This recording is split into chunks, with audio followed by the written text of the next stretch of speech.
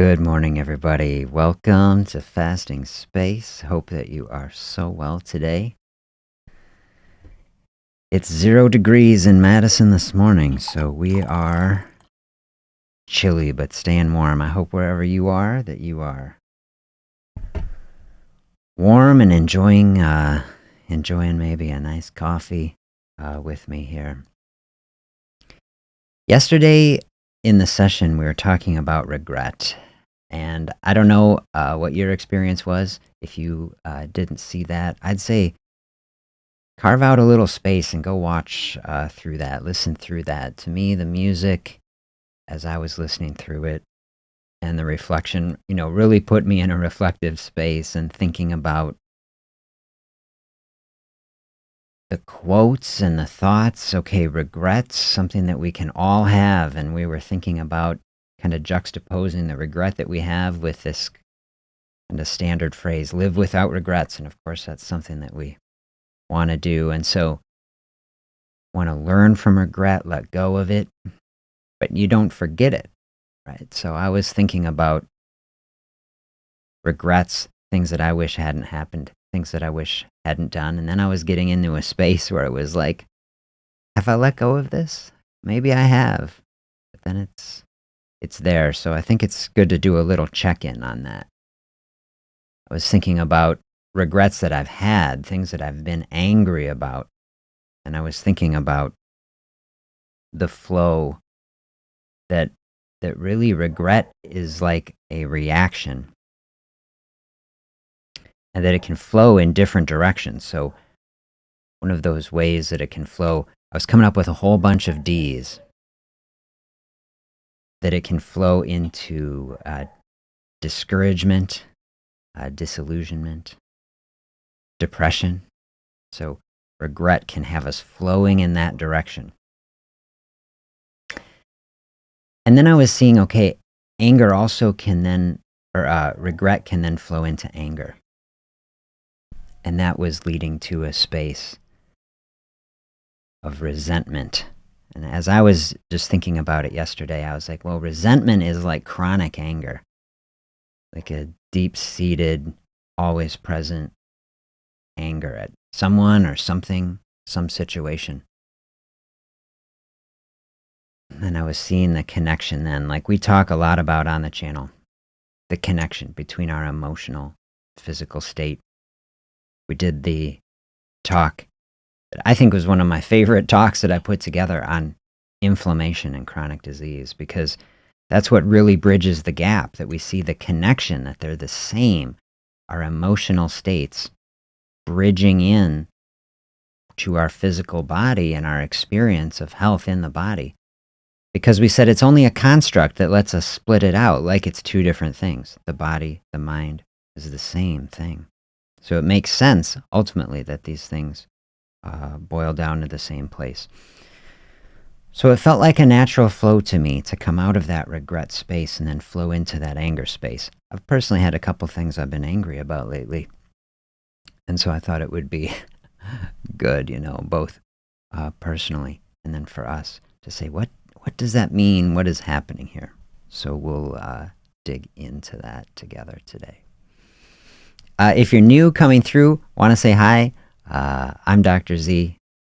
Phil, really nice to have you here. I'm an internal medicine physician. Spent a lot of years in the university health system, running a primary care practice and a weight management practice. And now I am here with you here on the Simple Fasting channel and also on simplefasting.com. I do weight loss and diabetes consulting for people here in Wisconsin. And I'm working on a new program, the Dr. Z method specifically for diabetes, which was taking a lot of my clinical trial protocol from the university and putting it into a really effective practice. You can see links to that stuff in the description for our live session here.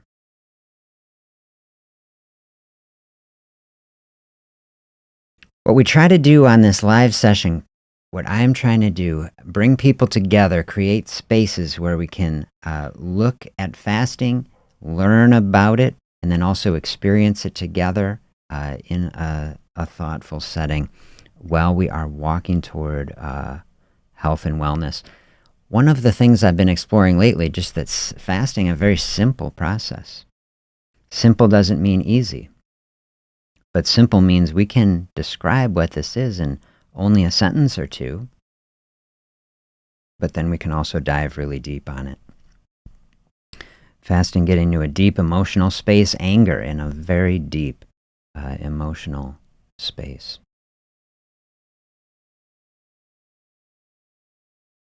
So here I want to give you a couple quotes like I've been doing.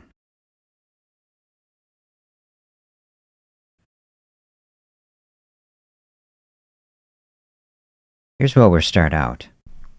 Anger, only one letter short of danger. So this is, I think, the place really to start a reflection.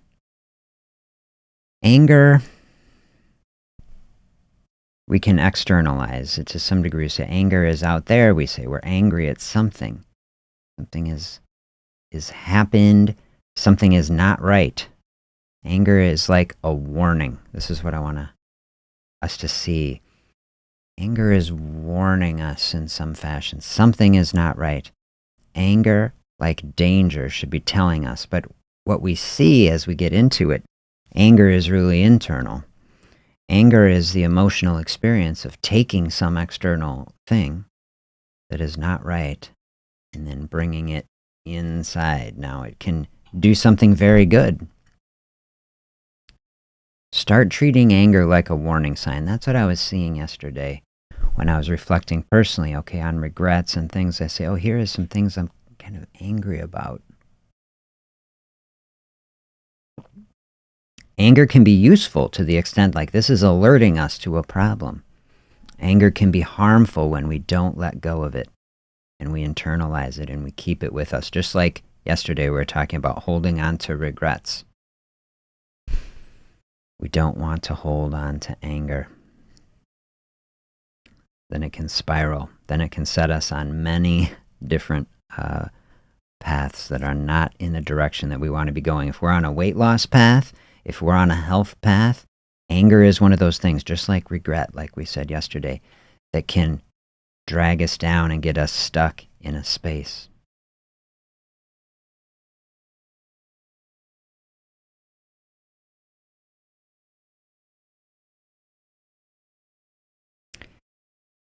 But it can be a warning, and warnings have purposes. I was thinking a lot about our discussions that we've had in previous streams about disease as teacher. And this is a concept that I really love and I've found to be exceptionally helpful medically. Say, what is the communication that a disease is showing? What is the message from the body? How do we interact with it in a way that brings things into balance? You can see emotions can be teachers also. So just like disease is teacher, we say we don't like it, but then it can teach. We see a negative emotion. Anger we interpret as a negative emotion. Can be certain positives to it though. Can be a warning sign, can be showing us where there is need for attention, where there is need for help and healing.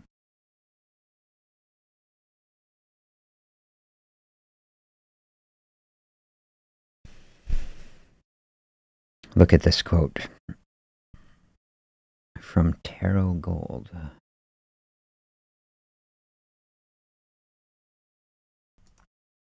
Let go of anger. It is an acid that burns away the delicate layers of your happiness.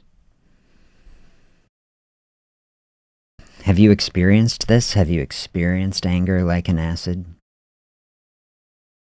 I think this is such a thoughtful way to frame it. The delicate layers of our happiness, so easy to fade away, so easy to be dissolved happiness. This is one of the big things that I want for people, to help people find a place of happiness. To me, the deeper spaces of happiness is not, entertainment or something superficial. Deep happiness is about finding an emotional space of peace and contentment. This is the interface that we are at with fasting, where we're trying to find peace and contentment in the body without food. It's building a very strong, stable relationship with food. Using that as a pattern more broadly in life to find happiness, peace, and contentment in life. Something that is very absent in general in our modern society. Think of news, think of social media, think of all the pressure.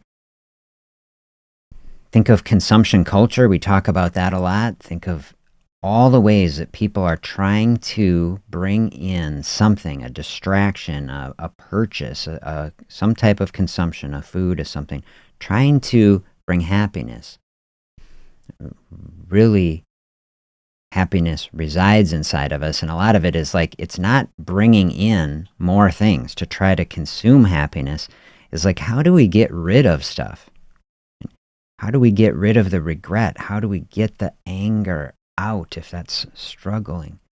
And so many things that flow out of that, the discouragement and the anxiety, the depression, the anger, the frustration, resentment, all these things. You take those things away and you find that happiness was there all along. This has been my experience. We're on a weight loss path. See, just a hypothetical person comes in for a weight loss consult. What are we trying to do? It's like, remember we said happiness isn't just a number. We aren't just trying to get a scale in a certain place. Of course, that's part of it. We want that. These things are connected. To me, what has been the most meaningful experiences is to try to say, how do I build a way of being in the world where I'm letting go of these things, finding peace and contentment? When we're finding a mental space like that, it makes any weight loss process easier. Whether that's an exercise path, someone says, I'm doing a fasting-based thinking here, but nobody has to do it. I want people to have wellness in any fashion that they want. Someone says, hey, I've let go of these things. This is helping me to get more active. Say, I don't really want to do fasting. If you can find a weight loss path that works for you, I'd love to help you do it. If it's not fasting, it's no problem at all. The default for me, though, has been that this is actually the path of least resistance. It's counterintuitive to start. Say, oh, fasting sounds difficult. Sounds like that would be adding something to it. Then when we see of this with anger, these are giving mirrors. Oh, I see happiness actually is residing in here. Do you believe that? Have you experienced that? So we have to let go of these things to find happiness. It's the same thing. Happiness is in here. Health is inside of us. Remove the anger. Remove these chronic negative emotions. Do you see how that's feeding into the state of the body, the chronic stress and inflammation that then is upstream of so many of the things that we struggle with, like eating to cope with an emotional state. Okay, it helps, right? We've described food is like medicine, right? Food will make you feel better, helpful in the short term, but then you can develop a dependency on it that is not healthy. Obviously, we're physically dependent on food. We have to eat to run this system. And so we're dependent on food physically for our nutrition and nourishment. But emotionally, are we depending on food in an emotional way that is covering over some deep emotional work that we need to do inside to let go of the things that are weighing us down? Maybe anger is one of those things that is weighing you down. And so many different ways that we can be angry, both at ourselves, at other people, at experiences that have happened or haven't happened. So I was reflecting on this yesterday, and a quote came into my mind. It took me quite a while to find it. I had read it a while, but I want to share this with you because this is something that I have really found personally to be quite profound. So I typed it all out in a giant block for you on the screen here. All right, I want you to really think of this kind of metaphor I think is really profound. When we are upset, it is easy to blame others. The true cause of our feelings, however, is within us. For example, imagine yourself as a glass of water. Now imagine past negative experiences as sediment at the bottom of your glass. Next, think of others as spoons. When stirred, the sediment clouds your water. It may appear that the spoon caused the water to cloud, but if there were no sediment, the water would remain clear. The key then is to identify our sediment and actively work to remove it. So I found that to be a really profound thought. It's a difficult thought. I think it is a difficult thought. When we are struggling with anger or any negative emotion, any negative emotional state, look what it says. Easy to blame others is taking responsibility off of ourselves for it. And maybe someone else started, say someone did something wrong to us. Easy to blame them for it. And perhaps they are deserving of, you say, some amount of blame. But that's not the emotion. That might be the thing that happened, but it's not the actual emotion. Look what it's saying, the true cause of our feelings. Not that the event was okay. Remember the talk we did on forgiveness. When you forgive someone, it's not about, blessing someone with forgiveness. It's about taking the emotional weight off of ourselves. True cause of our feelings is within us. This is something I really struggled with when I heard it. I was like, is that really true? But I've come to believe it really is true. We have to be able to personally let go of the emotions of the negative experiences we have. Otherwise, we keep them with us like sediment down at the bottom of the glass. And this is the thing about sediment, right? The sediment, think of it in the glass, it could just be a thin layer at the bottom. You don't even see it. And so then in the normal experience, you say, well, the glass looks clear. But then it gets stirred up. Realize it is still with us. This is what happens when we don't let go of these things. Maybe we're pretending that they're gone. We're in denial. We've buried them deep. Everything is kind of settled down there. But then they come to the surface. Something gets stirred up. I got angry the other day and I was reminded of this, and then I felt a little convicted. I was like, oh, there's obviously some sediment here. That's what I was thinking. Wouldn't it be great to be in the perfect state? That's what I was thinking, like, oh, I wish I was in a perfect state. No sediment. Some upsetting thing happened, swirled up the water. It remained clear. This would be the perfect goal. So do a little check-in for yourself. Do you experience that? Do you get swirled up in a space? Is there sediment that is coming into your glass? That's like the other quote, the warning sign, the danger. Anger is so close to danger. It's a warning. They're saying there is a problem here. There is an emotional issue here that has not been resolved. Maybe we haven't been realizing it. Maybe it's been like sediment sunk down at the bottom of the glass.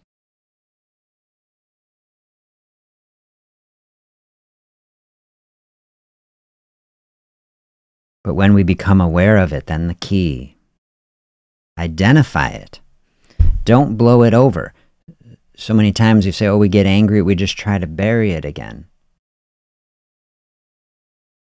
Use the anger as an opportunity to ask a question, maybe a deep and profound question. Like here would be a question that I was thinking of yesterday that I never thought to ask. Like, how is this anger trying to help me? We interpret anger as being negative. Here would be a way to turn around. How is the anger trying to help me or teach me? Show me what needs healing, what needs emotional work and attention. Look how this quote ends. actively do the work of removing it. Remove the sediment. Help bring the system back into a peaceful state. Less reactive, less impulsive. The burden of this gone. This is how we bring that chronic stress level down. Help to bring inflammation down in the body. This is then feeding through into the rest of our cycle. Less inflammation, better hormonal state in the body, less insulin resistance, easier access to body fat because the hormones are not conflicted in that space. We're trying to get into a flow state. This is the thing we want, right? Where everything we have been saying has been going. We want to be able to flow through a state, flow through a space in our life without struggling. We say losing weight isn't easy. If it was easy to do, we say everybody could just do it. There wouldn't be multi-billion-dollar market for pharmaceuticals. There would not be any kind of struggle. This is a challenge on many levels. And so we're in a space where we say we look at this reality, we recognize this reality. We don't run away from it. But the purpose then of it is to say in the face of a challenge, we want to make the process as easy as possible. We want to find a way to move through that space as easily, simply, gracefully, peacefully, thoughtfully as possible. This is why I spend, a lot of my time on these emotional sort of things.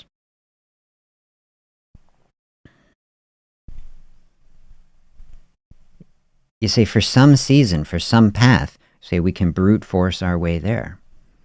That would be like just get the scale, look at the scale, start a spreadsheet, track the calories, ramp up the exercise, dieting. These things try to brute force our way into a weight loss path. Can work for the right person for the right amount of time. There's nothing wrong with it per se.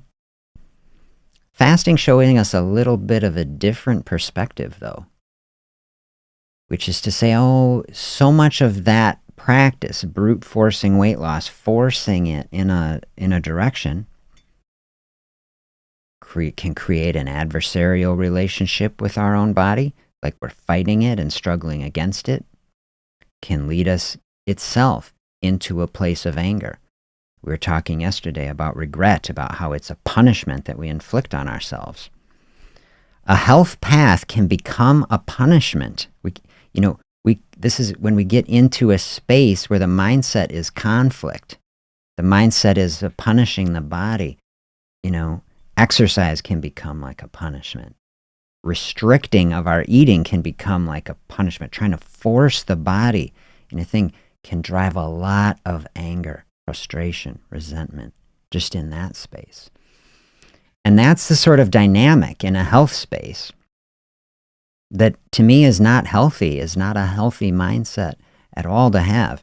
I'm going to tell people a practice or a process of health should be like a joyful exploration, should be healthy, positive, and encouraging.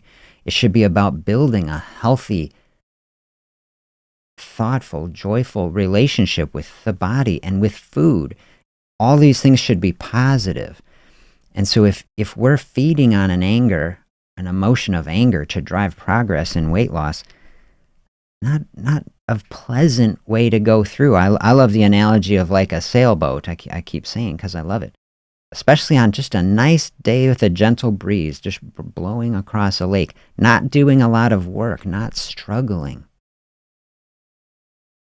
A path of anger toward health is like a path of struggle, and I definitely see a lot of people with that. A lot of people, at the gym struggling with it.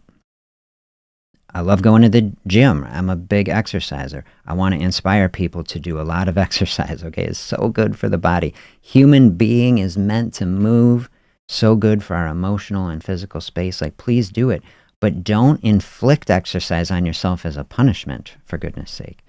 Don't be angry at the body. Don't come from a place of anger and then take it out on yourself. It'll only work until you've burned out, and and it won't be a joyful exploration that can sustain a lifelong process of health. So that would be another space to look in for the sediment, just our actual health practice. Is our health practice bringing joy and helping to burn through the stress, or is it causing it? So if a health practice is causing stress, no.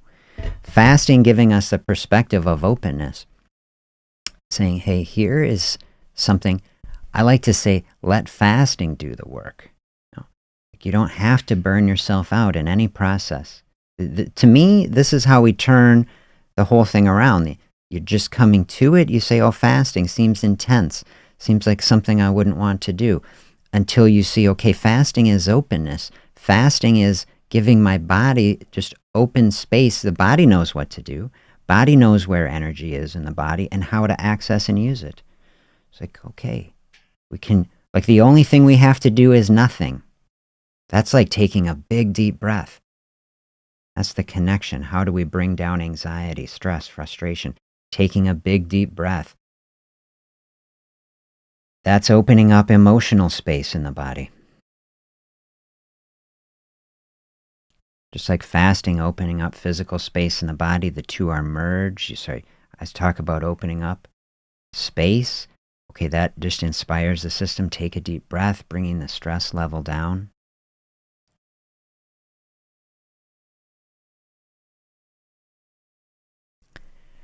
These are the processes that help bring us into a flow state. We're not brute forcing anything in there. We open up a space. The body can move through that space. Body is always needing energy. We can run off the energy that we have. Also in an emotional space then, same sort of thing. You open up that space. It takes work to hang on to anger.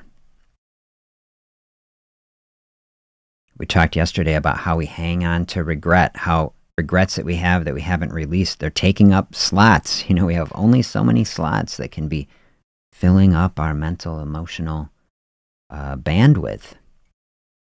We want to be moving in a healthy direction. We want to have all of our mental faculties, all of our abilities available to be able to make the healthiest choices, to navigate the difficult reality that we have. Of trying to move toward health in the middle of an unhealthy society.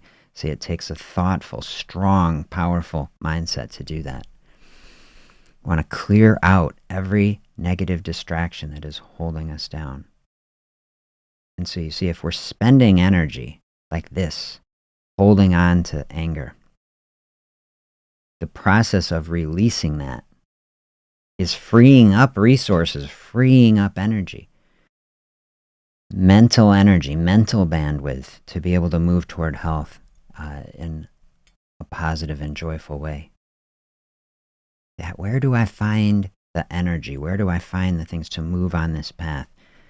There's energy here. We have to find the way to release the things that are keeping us from being able to access it.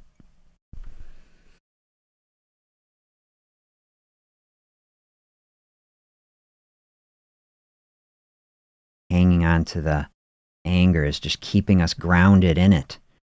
It's like the chain that is keeping us attached to anger.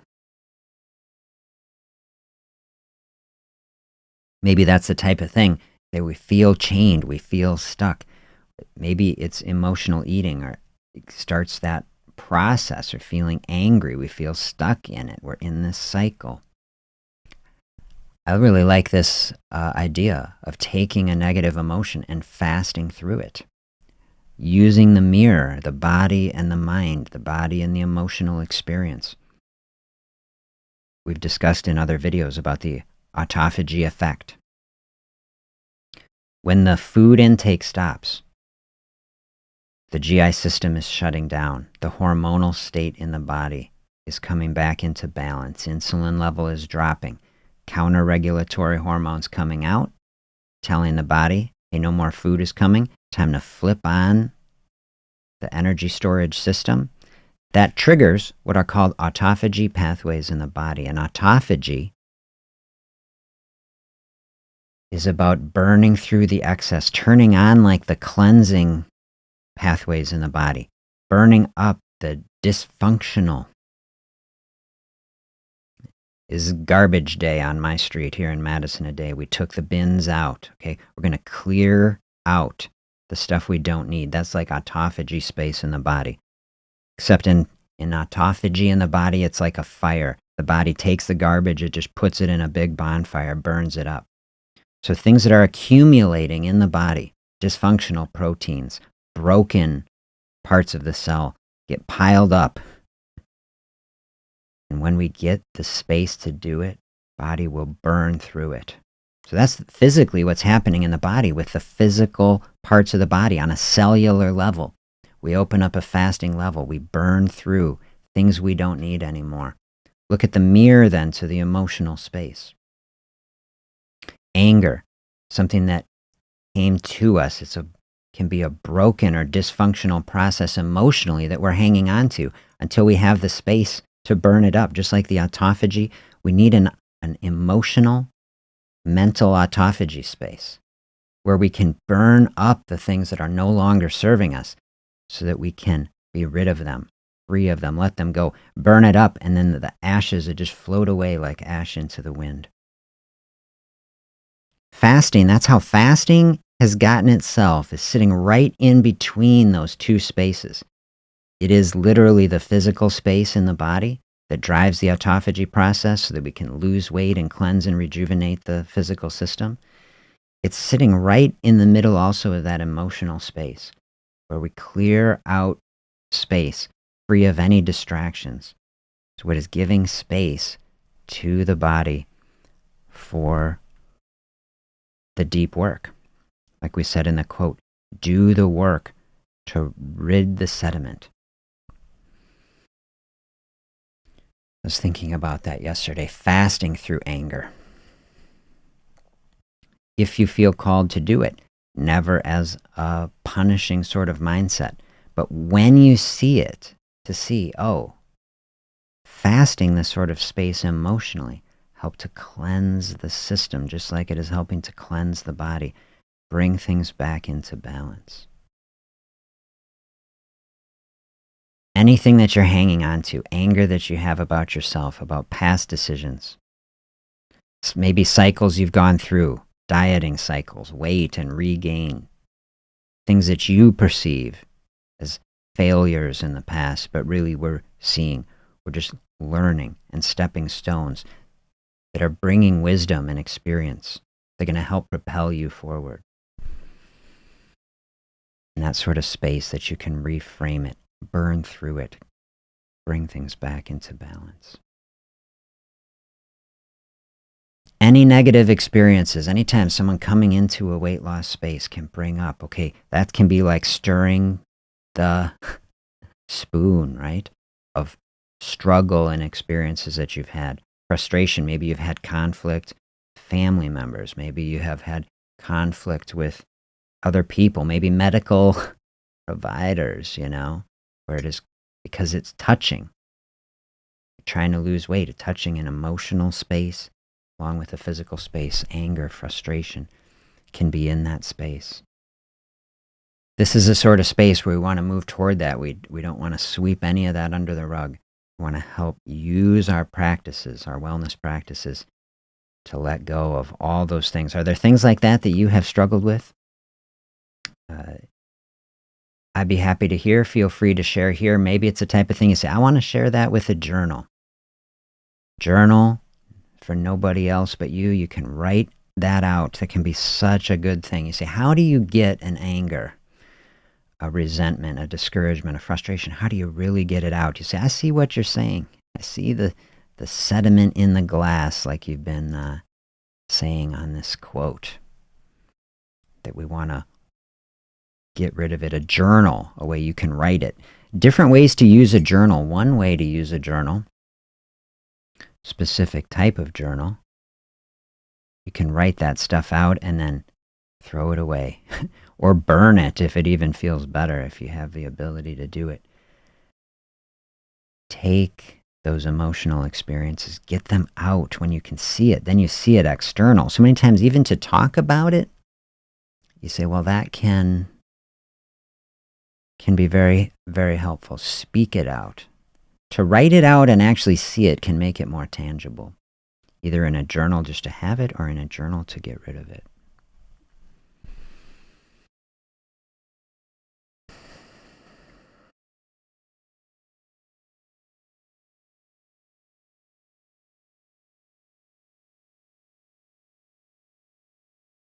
The goal of getting rid of it. Lightness, right? Not to let it drag you down anymore. Such a great metaphor we're going for with weight loss, right? We're trying to be physically lighter in the body. Weight loss, like the number on the scale is going down, we're lighter. The bigger process of that, right? Just emotional lightness. Moving toward the light. I loved that one that we did. Look toward the light, the shadows will fall behind you. We're looking toward the light. We're trying to create, more broadly than just a number on a scale, we're trying to create a health experience, wellness journey of positivity and contentment that we bring across all areas of our life, where we can encounter difficult experiences without anger. That's a personal goal that I, have. Hopefully we all share that. There's a dose of something we could use in our broader society, right? So many people so angry at everybody about everything, almost it feels like. I do my best these days to keep all the social media off, try to minimize my exposure to news. We've talked about that. These are huge places where anger is coming at us. I would say if you have a health goal, you're on the challenge path with me here in December. You say, we're approaching the very most difficult month of the year to lose weight. Hopefully, in my experience, one of the most joyful, positive, happy months of the year. This can be the juxtaposition. This is what can lead it so frustrating. You say, December may be your favorite month. It might be my favorite month. I love holidays, and I love snow. I love connecting with friends and family and good food. And so this is something that we want to keep top of mind, looking toward the light, looking toward the joy and the positive. So we want to keep that framed. But if you're on a health path, if you say, I am struggling to lose weight, a lot of people can also gain a lot of weight during the holidays. And then, so many things in the mix. We would talk to a lot of different people. Holidays, especially if you are dealing with loss and trauma, you lost a family member over the years, something terrible like this, you aren't able to connect with those that you most want to, then we can be in an even more deeply emotional space, and we turn to food and things that can drive a lot of weight gain and discouragement, and it can really cycle in this season. And so we got a lot of space like that to navigate. We want to take the most difficult month of the year for weight loss, focus on the light, and use every positive thing that we have to stay away from anger, minimize the anger, deal with it, and release it in this sort of space. We've been walking through this beautiful psychology book, Thinking Fast and Slow. One of the insights that we got the other week from that was about avoiding the negative. The worst experience is much more important than just having some level of extreme brilliance. Remember, we said perfection not required. Don't let the perfect be the enemy of the good by any means. And it can be enough in December just to make it through without having the worst outcomes. You say, what we really don't want to do is we don't want to gain a lot of weight, right? That would be the thing. So I was describing when I launched our little challenge the other day. Say, we got a lot of forces pulling us in this direction. We want to create some forces going the other way. That's the idea of the challenge. Not to put any pressure on anything. Yes, to inspire. Definitely want to inspire, but never to put any pressure. But if you float through December, I say just neutral, okay, we got 11 other months that are not December, or we can make a tremendous amount of progress. So if we can navigate through a space, we avoid the worst outcomes. We're not gaining weight here. We're just threading the needle. We're finding the balance. Maybe that can be a way to navigate both physically, avoiding weight gain, finding a neutral space, maybe pushing things forward. That's when the excitement could really build. Make it through December and connecting with friends, family, food, all these things, and lose weight. That would be like the triple crown. Make it through the season also in a solid and stable emotional space. I think those things related, definitely related. Bringing everything into balance. Fasting can help us bring all these things into balance, specifically from the food space.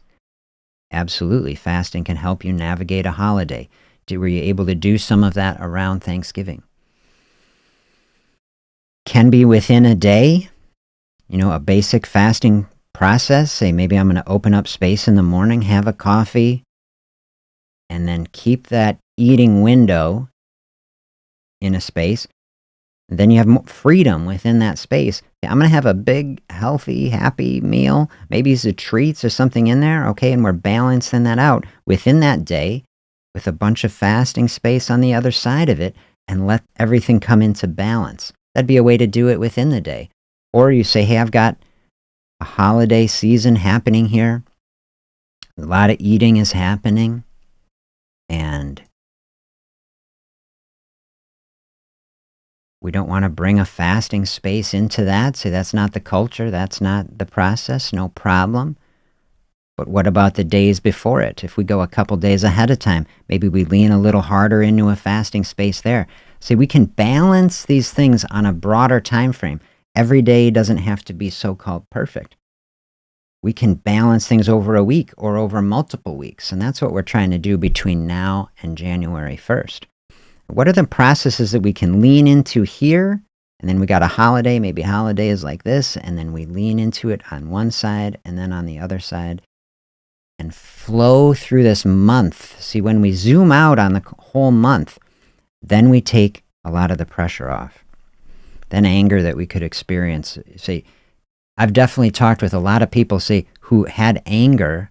They were in a dieting space, say, like, oh, I can never have a treat. I can never have something like this. They feel angry that they missed out on some special experience with friends or family. I would never want that for someone.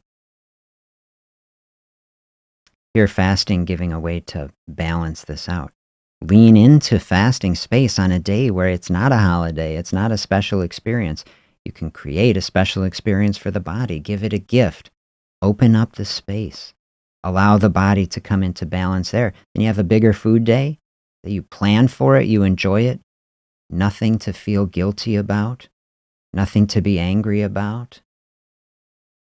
Enjoy it. Then you create good memories with it. This is how you build a healthy, positive relationship with food. And then you flow back out of that space. You have the memory of it. Have a good experience. And then you have a good experience using a fasting practice. Bring things back into balance on the other side. That's how we navigate through December, hitting everything that we want. Good experiences with friends, family, and food.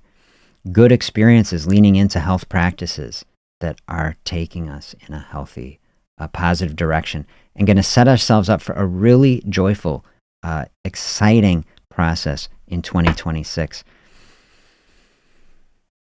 This is what I'm going to try to help you dive through. This is what we will be walking through together on the channel, moving toward health powerfully in 2026. Right off the bat, well, a lot of other people are going to be like waking up on January 1st and starting over and saying, hey, what am I going to do? We're diving in thoughtfully, doing the deep work that is going to take us forward in health, preparing the mental and emotional space to take the steps. A journey, you say a weight loss path is a health journey. To me, it's a lifelong process. It's not just something that is done for a couple months and then it's done. It's about developing a lifestyle. It's about developing a way of being in the world that is a flow, that is not about struggle. It's about finding kindness and grace for ourselves in each day. A series of habits and patterns that help us navigate the obstacles that we face in a way that is not brute forcing our way through it, fighting and struggling with it, so that the experience of being healthy, like we see, right? Health is something that we are. We are healthy, which means we practice it. It's a way of being. And in this way, it's not something that you have to wait for. The practices that are healthy are the experience of being healthy. And so we do these things. The way we eat, the way we move, the way we think, the way we react and breathe. All these things are a way of being in the world. And as we learn from our experiences, is a study. Absolutely, I agree with this. Practicing is like studying. We are here in this space and we are learning and growing, developing our way of being in the world, a way that releases anger and a way that accepts in the lessons of the world. We learn from it and grow from it. So nice to have you here. It's really, really nice to connect with you today. This is the message that I needed to hear. I'll just tell you, I'm speaking to myself as much as anybody. Let go of anger. As we release that, to me, this is the way that we start to bring both health to ourselves. It's our top priority, right? We want to bring health to ourselves first. We want to take that warning of anger. Anger is showing us the message. It's showing places where we need to heal. And we need to do that so that we can fill ourselves up, put ourselves on a health path, and then ultimately not just for ourselves, but so that we can push that out, next to our family, right? We want to bring health to ourselves so we can bring health. Health flows out. Hard to give something that you don't have. But when you have something, then you can share it. And so we want to build ourselves up like we did that talk on fasting wealth. There's a type of wealth that we want to build, storing up health for ourselves so that we can share it out with the world, bring health to ourselves, our family, and then our friends, and then outward. This to me is the process that can start on a deep and fundamental level to bring health more broadly back to society. When we can feel overwhelmed, I've felt this so many times, all the social media, all the news, all the negativity coming into us makes us feel small and helpless. And to say I feel powerless to do anything about these monumental forces in the world. Say, hey, all of that is external. Like we said here, happiness is inside. We don't need to consume happiness, but we do and can and should protect ourselves from the negative influences that are coming in and recognize the real path personally to happiness and health is not about consuming things. It's about letting go of things. Get the anger and resentment out. Allow health, life, and positivity to flourish. And that will move us forward on a health path, for ourselves and those around us. How are you doing on the path so far? We are December 4. We are already stepping along. The month is going to go quick. So we'll center ourselves right here in this day. Take a map for this day. What does this day of health look like for you? What are the best choices that you can make today to open up some space, open up some beautiful thinking, and take one step forward today? And then I'll be back with you tomorrow. And we keep stepping forward one day at a time. Maybe take a little space here at the end of the session. Write out some reflection on anger today. Are there places like Okay, you hear anger. Are there places where you've experienced it? Are there things in your life where anger has been giving you a message? Hey, this is a place where I need some healing here. Is there a step you can take today to move toward it? To not bury it down somewhere, but to recognize, hey, here I am, right in this moment. This is centering, right? So we want to be living in the present. Anger is showing us something about the past. Can we let go of it?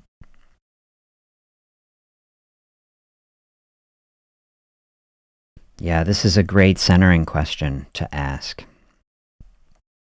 How am I feeling here? And then giving it some open space and allow it to surface. That's what we're saying.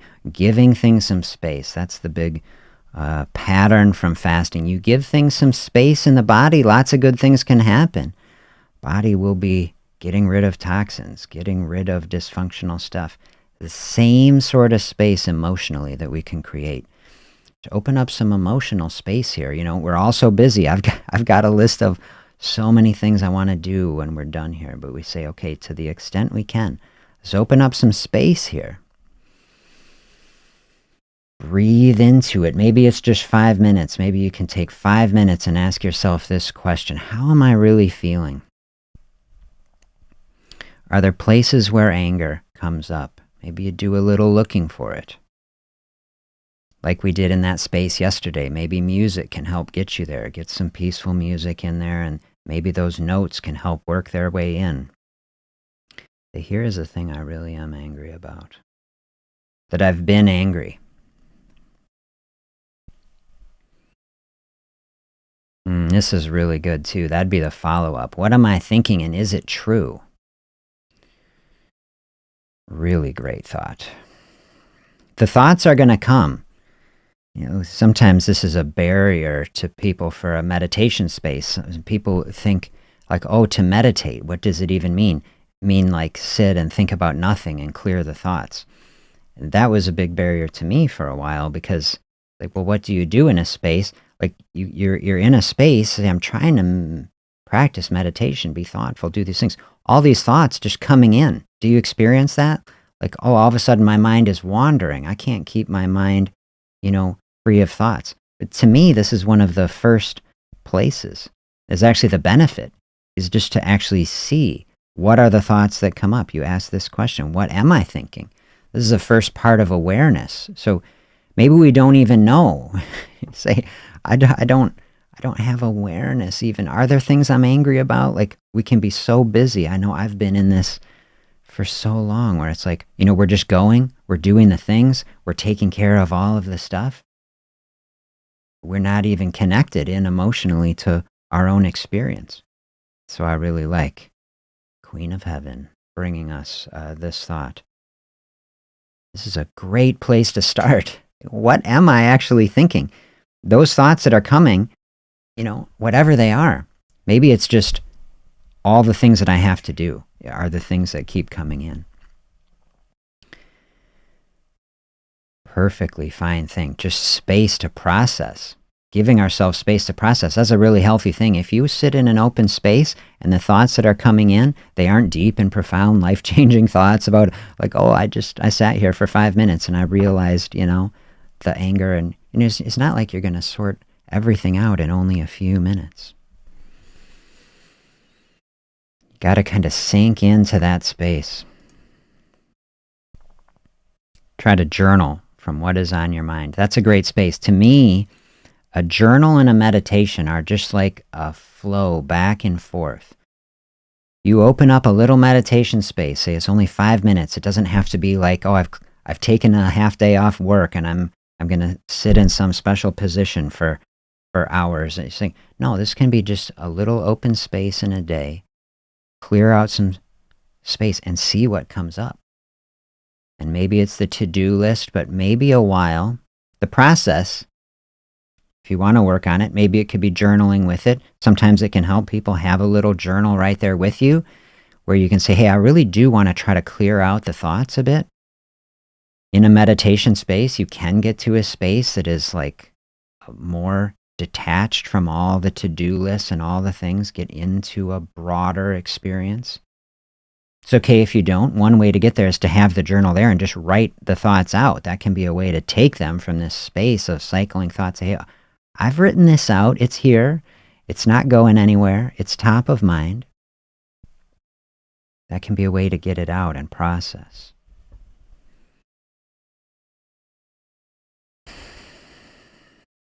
Yeah, put it on paper. Absolutely.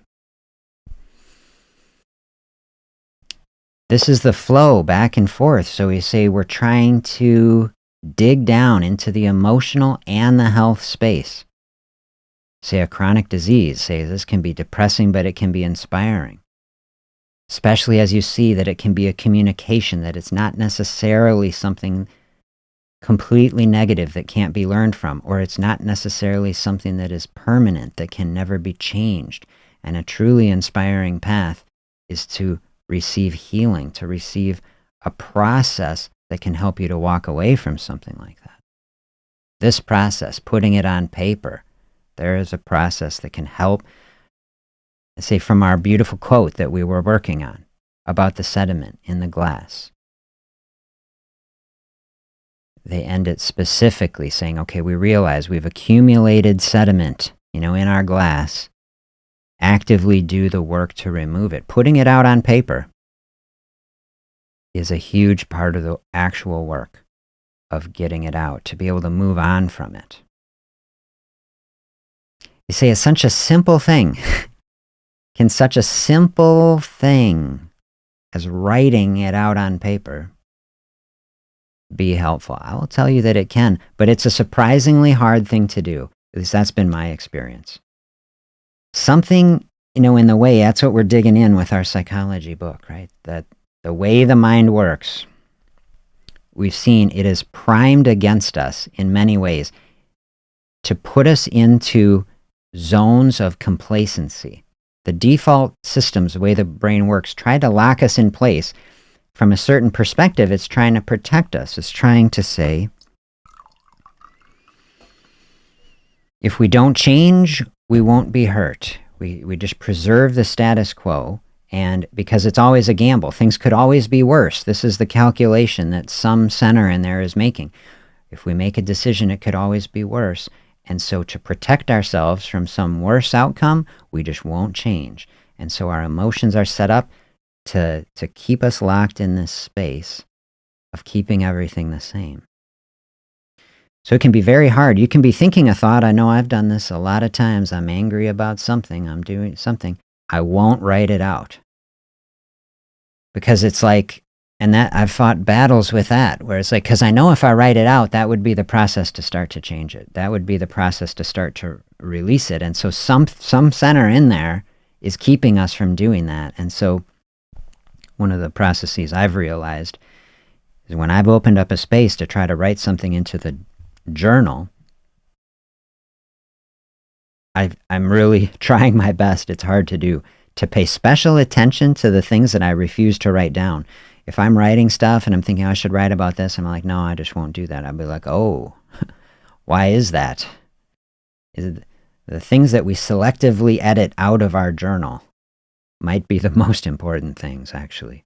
That's where the real battle can be, in here, to untangle the experience that we have in these deep emotional spaces. To really move toward health and healing, that's a process of change. We have to change in order to heal. We have to change something, either about ourselves or about the way we're interacting with our environment in some way. Change a decision making, change a thinking. And say, how do we do that? How do we negotiate that? As like the internal negotiation. We've seen in our book that we really have two different thinking systems. We have this reactive, immediate, emotional, intuitive system that gets the first strike at everything. And then we have the secondary system that is delayed, that is rational, and at least tries to be rational, that is our more conscious experience. And that's what we really think of as our true self, the real thinking being.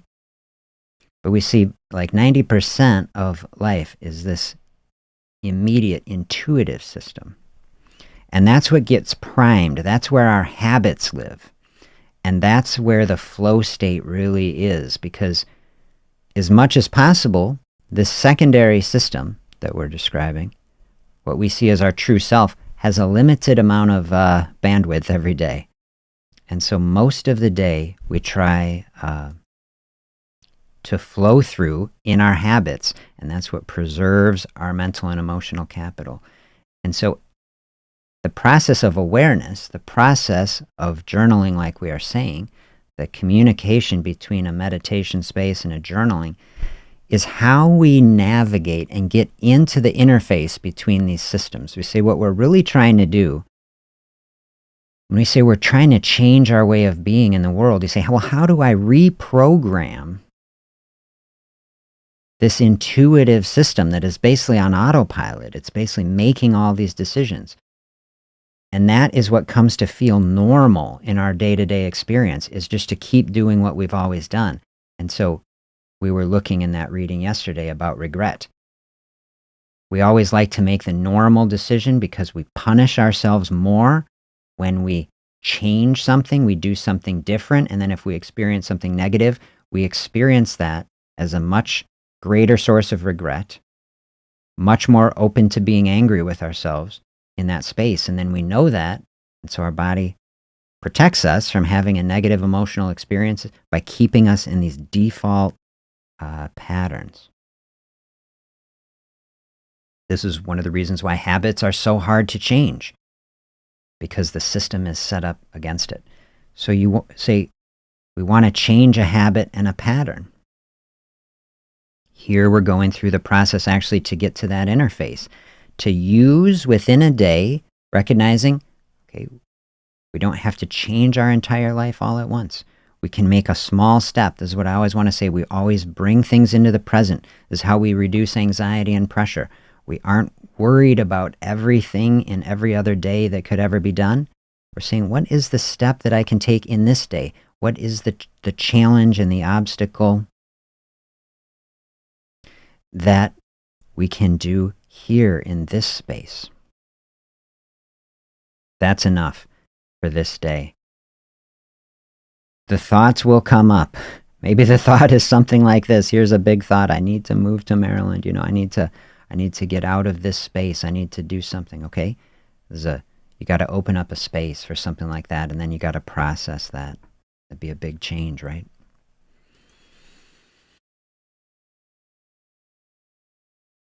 Opening up that space, directing that conscious system to say, this is the way, when we encounter this situation, this is the way we're going to start flowing through this space. We reprogram that system. Takes a couple weeks, usually. People say, 14 days to solidify a new habit, because we have to be intentional about something. We have to be thoughtful about it, using our limited resources to program that space so that we start getting used to it. That's the difficult work, identifying what are the things need to change. How is the way that I'm flowing through it right now? What is the environment? This is what we've been talking through, the emotional triggers, the situations that create the states where we just impulsively and intuitively move through a situation without thinking it. Do you experience that? You flowed through a space, and it was something that you needed to change. You say, I've been working on this. I didn't want to have an emotional eating, or I didn't want to, say this to this person, or whatever the experience was. And it was once you got done with it, then you went back and you thought, I didn't want to do that. But because we have that quick thinking system, it flowed through it before we were able to stop it. This is how we get into that space of building awareness of it, journaling out so that we can start having solutions to it. Every time this is happening, I'm experiencing this. Then we can write it out. We can plan. Next time, I'm going to do it this way. Next time, I'm going to have increased awareness so that we can get to that space, make a different choice, have a different way of being in that type of experience. And then that's the practice. As we practice through that, it becomes easier. And then it's like, then we have gotten over that obstacle. And we need to take one step at a time toward that.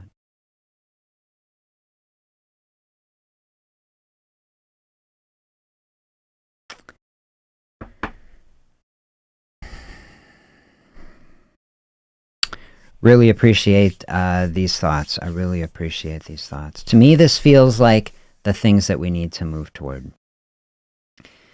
Sometimes I think in this sort of space about, what even is medicine? Is letting go of anger medicine? Think of that. Is like at the root level of so much.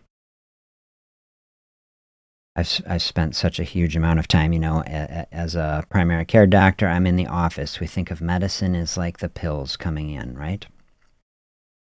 So if someone needs medicine, someone's blood pressure is too high, we need to send the medicine.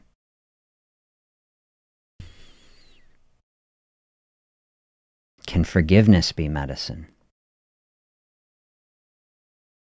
Can releasing stored emotions be medicine? Like when we look at this inflammation space, when we realize that we are harboring anger inside of us, it's not a physical thing. In medicine, especially in the West, medicine is, you'll find a lot of what I call strict materialists, people who believe the only things that exist are atoms and molecules, and that's it, And if you believe that, it's okay. You see, we still have an emotional experience. Maybe you don't believe in a soul or a spirit or anything else like that. You say the conscious experience that we're having here is just an emergent property of the molecules that are existing up here in the brain. Like, that's okay. You can believe that. That's okay. But we still have an emotional experience. The thoughts are still there. The anger that we harbor is still within the body. If you say, well, it's only in the brain, you don't have to take it into a spiritual dimension or anything else. You say, anger is real. I say to somebody who is in that space, do you believe anger is real? Do you have anger in your life? Do you have emotional experiences of regret and darkness and discouragement that are hard to let go of? So if that is true, you say, well, what is the type of medicine that is dealing with that? If the blood pressure is high because you're harboring anger and resentment from a lifetime of traumatic experience, you say, wouldn't it be great to have a pill, for example, from our modern framework, to say, I have an anti-anger pill, the happy pill. A lot of people think we have things like that until they really take them. Say, well, I was on the SSRI, I was on the things. It's not a magic pill, I'll tell you. It can be helpful for the right situation, not that it has no value. A pill that can blunt your experience of an emotional state is not a type of pill that can help you resolve it, though. Type of pill that can keep it from distracting your experience, that in many ways, this is a reflection that I've had with many people. I've managed, I'm sure, thousands of people taking SSRIs, for example. I've had a lot of discussions about people's experience with it. An SSRI can help someone who's struggling with anger, for example. An SSRI can be very emotionally blunting in many ways, kind of chop off the highs, chop off the lows, can be very helpful. In certain situations, absolutely. Better to chop off some highs and boost up some lows if you can't, if things are unmanageable. It can be very helpful. I'm not unhappy that we have these things. But does it help you to do the deep emotional work to get rid of it? Queen of Heaven says, just had this thought, what if sickness and disease is trying to help us? Yeah, I'm very much, I won't go so far as to say that it always is. Certain terrible things happen, they happen. There's not necessarily a reason for everything. There might be, but we might have just a limited view of it. But certainly some things are.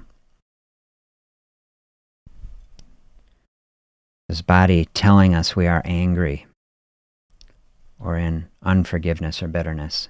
This is the big thing. Thank you for sharing that. This is a big thing that I want to share actually in this whole discussion on anger. Is that anger is like a warning. Anger is a message. Anger, can think of it like a compass, you know? Here's my beautiful rock that I call a compass that we use. Say something natural that we're hanging on to is say, we think anger, we think negative emotional experience, stay away from it. I think this is how we end up burying anger so deep down. Whereas like, is anger, like you're saying, is anger really trying to help us actually? Is anger showing us, hey, here is where the problem is. Don't bury this. Don't run away from it. Like, hey, look at this. Like, be thoughtful about this. Like, this is where the work needs to be done. And maybe it's something, you know, and maybe in the best case, maybe if we're really sensitive, if we're really aware, as something just happened, we just became aware of it, anger just came here, we don't have a process anymore, a practice of just burying it. We say, let's like really be thoughtful about this and not run away from it and deal with it right now so we aren't planting these seeds down in there. I think the seeds, when we bury the seeds of anger deep down, that is how it can come back out as disease. Because when we are harboring this resentment, which is just smoldering anger that is never going away, that is what is ramping up. That's communicating to the body, okay, things aren't safe. Things aren't right here.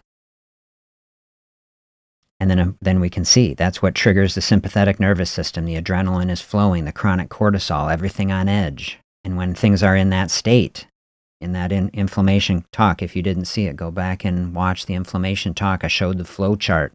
Okay, that's what's feeding into insulin resistance and 100 other things.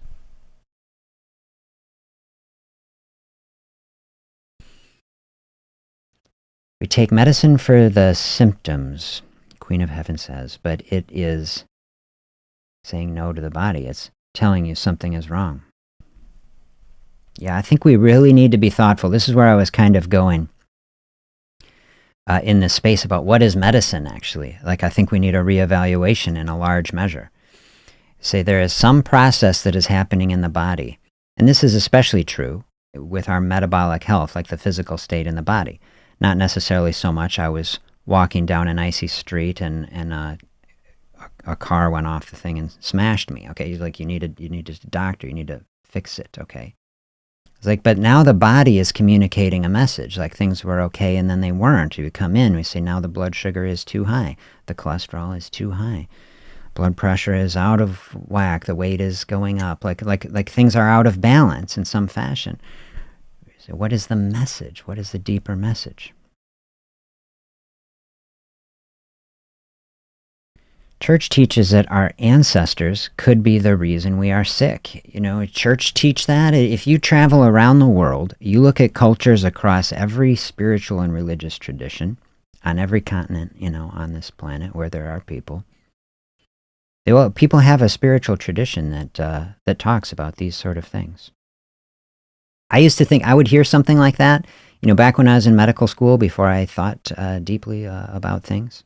I would see something like this comment, and I wouldn't have paid it much mind or attention.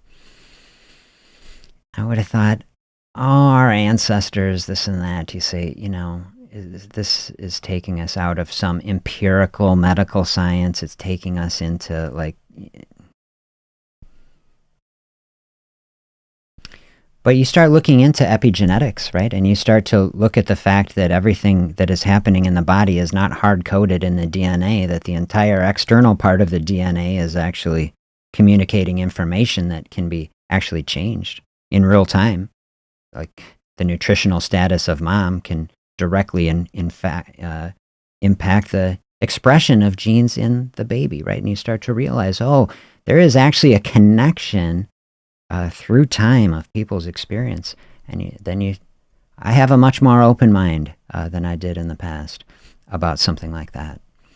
That experiences from deep history could actually be passed in, but it opens up the possibility then that sort of process can be changed. And that's what I would really like to say. I think some things people can say, oh, my ancestors, this and that.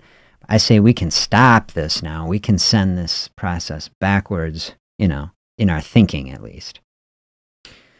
To say, I see what has happened in my family. I see what has happened in the history. And all of us, if we're honest, like you just look at the history of the world and the incredible trauma that everybody has inflicted on everybody for wars and generations, and, how terrible it really is.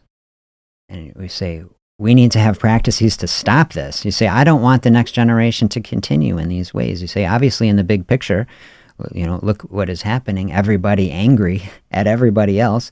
Hatred toward so many different types of people, whether it's racial or socioeconomic or whatever. Political, especially, here these days, people, even between family members, people hating their own family members because of different political opinions. Oh, I've run into so much of that. This is what it makes me want to do. Take a deep breath. Okay, what difference does it even matter? Here's just the thought that's coming to me now. What difference does it even matter if we are getting down our health path? Say, well, I'm losing weight and I'm healthier. If we're harboring anger against our own family members because of something. So isn't the deeper level of health, isn't anger a much deeper level than even metabolic health? Say, we go in, say, doctor ask who had this or that. Doctor looking at, I'm speaking from a lot of personal experience there. Like, we get very superficial. We only have so much time in medicine these days. Problem is coming in, superficial, pill for this or that. Like, how much of medicine is missing the much, much deeper level? What would a true health system look like that is actually focused on bringing total wellness to a person? Where it's not just running people through some economic model, trying to extract revenue from people in some gigantic scheme with multi-billion-dollar health corporations siphoning off everybody's health information to advertise. Like holy cow, like that was actually focused on people. And what would be the medicine that would actually bring us down to a base layer of peace and contentment, health, healing, flourishing? That, to me, I think this is it, talking about it at least. The best I can come up with, talking about the root level, to realize there even is a root level. How many times in medicine, I think maybe almost zero. Have you ever heard, there's a root level beneath the medical system that maybe is just true health, like true health as a culture of health. I've said a lot here, we say this culture, it isn't really a healthy culture. To be thoughtful, to move toward health in many ways is like plotting a different course out of culture, away in a different direction. So we want to move towards something like that, that's below medicine, but more powerful than medicine. And at least using the word medicine from the modern Western medical system, where it's like every time you want to interact with a medical system, you pay money. You want to experience something, it can only be individual, never as a group. Everything's so isolated and disconnected and locked up in little compartments. Culture is something so much more broad. Like, how do you build a healthy culture? How do we have a healthy community? And are these the things that actually bring true flourishing? I've always wished that the health system could be an avenue toward health for people, health for communities. This is a goal. We do talk about that in medicine. But I don't think we have gotten to a point where we're really manifesting it. Where we're saying, hey, actually, how do we let go of anger, like in a bigger level? How do we get onto that deep level? The place where I've interacted with it the most in medicine is we will talk about social determinants of health. Social determinants of health, say everything else that's outside of medicine, like education and access to clean water and food and healthy air and stable work environments, all these sort of things. Medical system recognize, okay, health about 20% access to, say, the medical system and 80% everything else. And so here we're having a deep conversation about everything else. Probably even this space, like the real emotional level, letting go of anger and resentment and building peace and contentment, especially through a fasting process, other health processes. That's even going beyond, I would say, a lot of what is talked about, even in people who are talking about social determinants of health. So it feels really good to me to take a little bit of space here, really dive into that space. So much good thoughts that you have shared with me. I appreciate that. Really appreciate you being here with me. I'm going to do some good reflecting on this today. Wish you all the very best. I'll be back here tomorrow morning, and we will continue stepping forward in health together. Have a great day, everybody. We'll talk to you again soon.